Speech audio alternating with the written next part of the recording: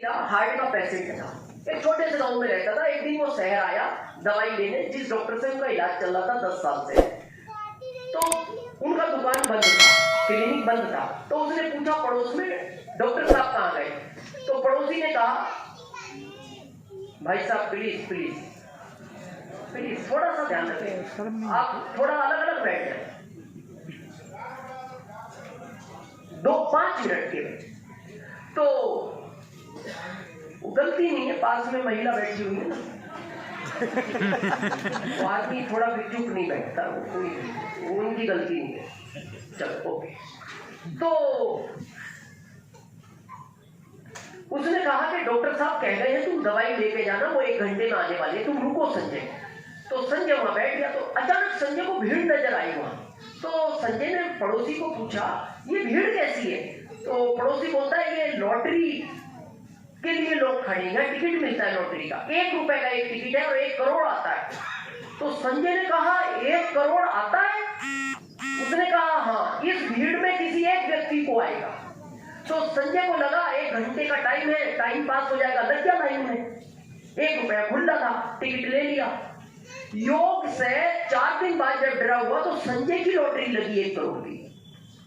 Company वाले संजय के गांव पहुंचे, गांव में जाके पूछा ये संजय कौन है? देखना छोटे गांव में लोग एकदम बताते नहीं। गांव वालों ने पूछा, काम बताओ क्या है तुम्हें संजय से? उन्होंने कहा संजय से ही काम है। बोले नहीं, पहले ये बताओ काम क्या है? बोले 1 करोड़ की लॉटरी लगी है और हम 1 करोड़ देने आए हैं। तो गांव वाले बोलते हैं, गरीब आदमी है, दिल का मरीज है, जिंदगी में 1 करोड़ सुने नहीं, तुम देने आए हो, लेते ही निकलेगा।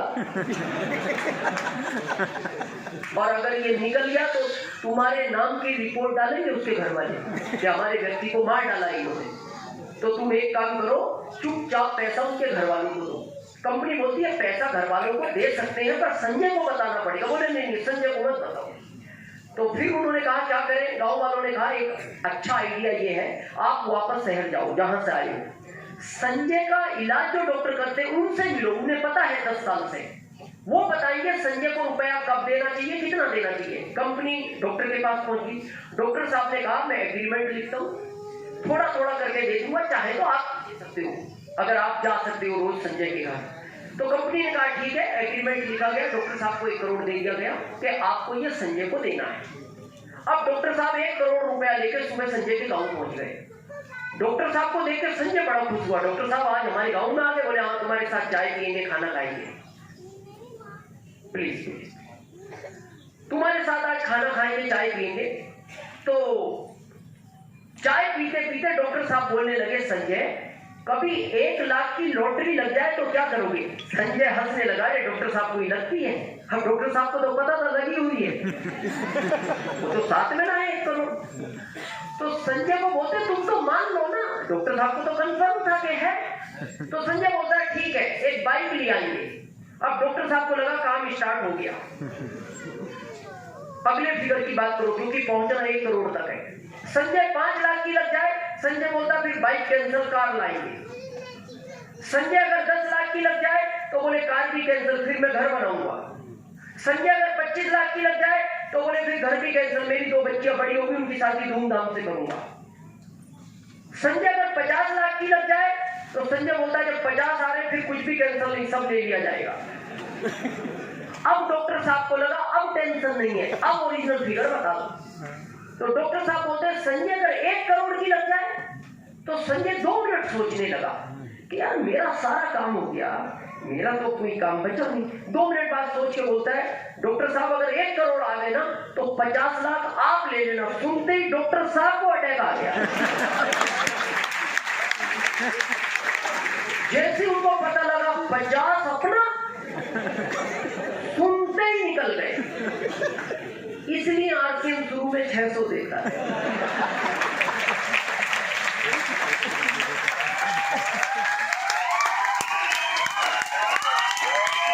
हो गया भाई, मान लो आरसीएम में पैसा किस चीज का है? नहाने का, खाने का, कपड़े धोने का। अब मान लो आदमी नहा रहा है बाथरूम में, अभी जुड़ा ही है इस महीने, अचानक मैसेज आया मोबाइल पे, 1,86,000 fashion shooting private limited to transfer. अब पत्नी ने मैसेज पढ़ा, 1,86,000 इस नहाने के साबुन का है। अब वो बाथरूम के पास जाएगी, सुनते हो जी, जिस साबुन से आप नहा रहे हो ना, इससे 1,86,000 आए, ये नहाते नहाते निकल जाए।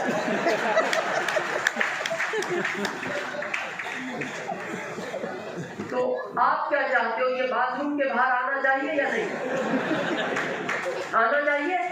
ये इतने में ही आएगा, ये इतने में ही आएगा। इसलिए शुरू में 500-600 आते हैं, ये अच्छी बात है ताकि हम सब पृथ्वी पे रहें। क्लियर है? और मैं अपनी बात खत्म कर रहा हूं इस लाइन के साथ, और हर प्रश्न का उत्तर आपको मिल जाएगा। मैंने आरसीएम 2 चीज के लिए किया। हर आदमी इसको अलग अलग चीज के लिए करता है, कोई स्टेज के लिए, कोई सम्मान के लिए। मैंने इसको passive income, security income. Passive की हम बात कर चुके, सिक्योरिटी की हम बात करते हैं। यू, आप अपने परिवार के मुखिया हो, जिम्मेदारी है। दिन रात परेशान हो परिवार के लिए। क्यों परेशान हो? पत्नी है, बच्चे हैं, बूढ़े माँ बाप हैं। मैं प्लीज भाई साहब आप इस साइड बैठो, बस 2 मिनट के लिए बैठे। मेरे को चिंता ये नहीं है ये बात क्यों कर रहे हैं, मेरे को चिंता ये है कि प्रेजेंट ये है, इनका फ्यूचर क्या होगा।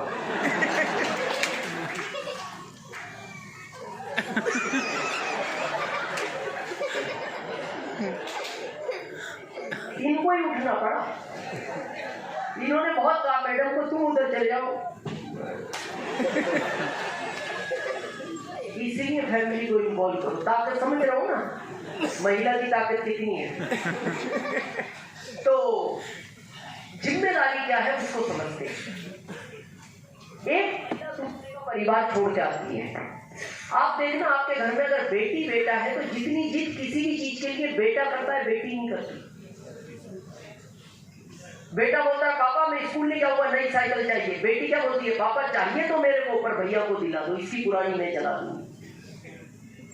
क्यों करता है बेटा जी, बेटी क्यों नहीं करती? सेम प्यार करते हैं माता पिता, सेम खाना खिलाते हैं, सेम कपड़ा पहना, क्योंकि उस बेटी को पता है जिस घर में मैं रह रही हूँ ये घर मेरा नहीं है, ये मेरे भाई का घर है।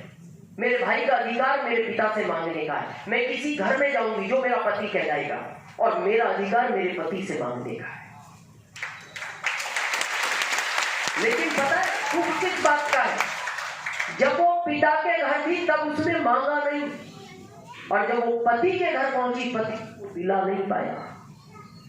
आज भी भारत में 60% महिलाएं रूम में बैठ के अकेले घंटों तक रोती है, वो बोलती नहीं किसी को। ये बहुत दर्द की बात है। मेरा एक ही कहना है, इतनी बड़ी जिम्मेदारी है कि आपकी वजह से पत्नी की आंख में कभी आंसू नहीं आना चाहिए, ये आपकी जिम्मेदारी है। दूसरी जिम्मेदारी, जिन बच्चों को इस दुनिया में लाए, आप 2 पाल सकते थे 2 लाने थे, 4 पाल सकते थे 4 लाने थे, 1 पाल सकते थे 1 लाना था, नहीं पाल सकते नहीं लाना था। अब आप ये नहीं कह सकते महंगाई बहुत है मैं क्या करूं, कोचिंग ही नहीं है, महंगाई बहुत बढ़ गई, मैं उसी स्कूल में नहीं पढ़ा सकता। नो, ये जिम्मेदारी आपकी है। आज मेरे से बहुत सारे लोग पूछते सर आपका एक ही बेटा? हाँ सर एक ही क्यों? मैंने कहा ये कोई पता था भविष्य में आरसीएम मिलेगा।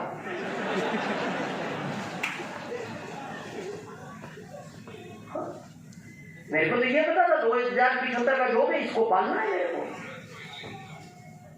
अगर ये पता होता आरसीएम मिलेगा भविष्य में, फिर क्यों होता? फिर तो आरसीएम पालता ना।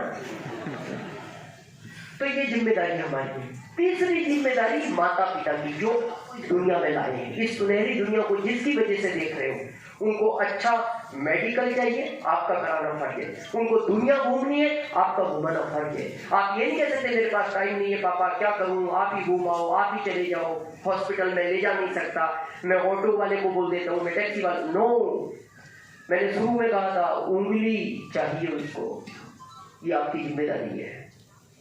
और इसी जिम्मेदारी के चलते ये व्यक्ति पागलों की तरह दौड़ता है। और क्या होता है इसके साथ, आज उस घटना को समझना। कितने लोग कार के बारे में जानकारी रखते हैं? कार में 4 टायर हैं, 2 अगले 2 पिछले। सबसे ज्यादा पहले कौन से टायर घिसते हैं? आगे वाला। क्यों घिसता है आगे वाला?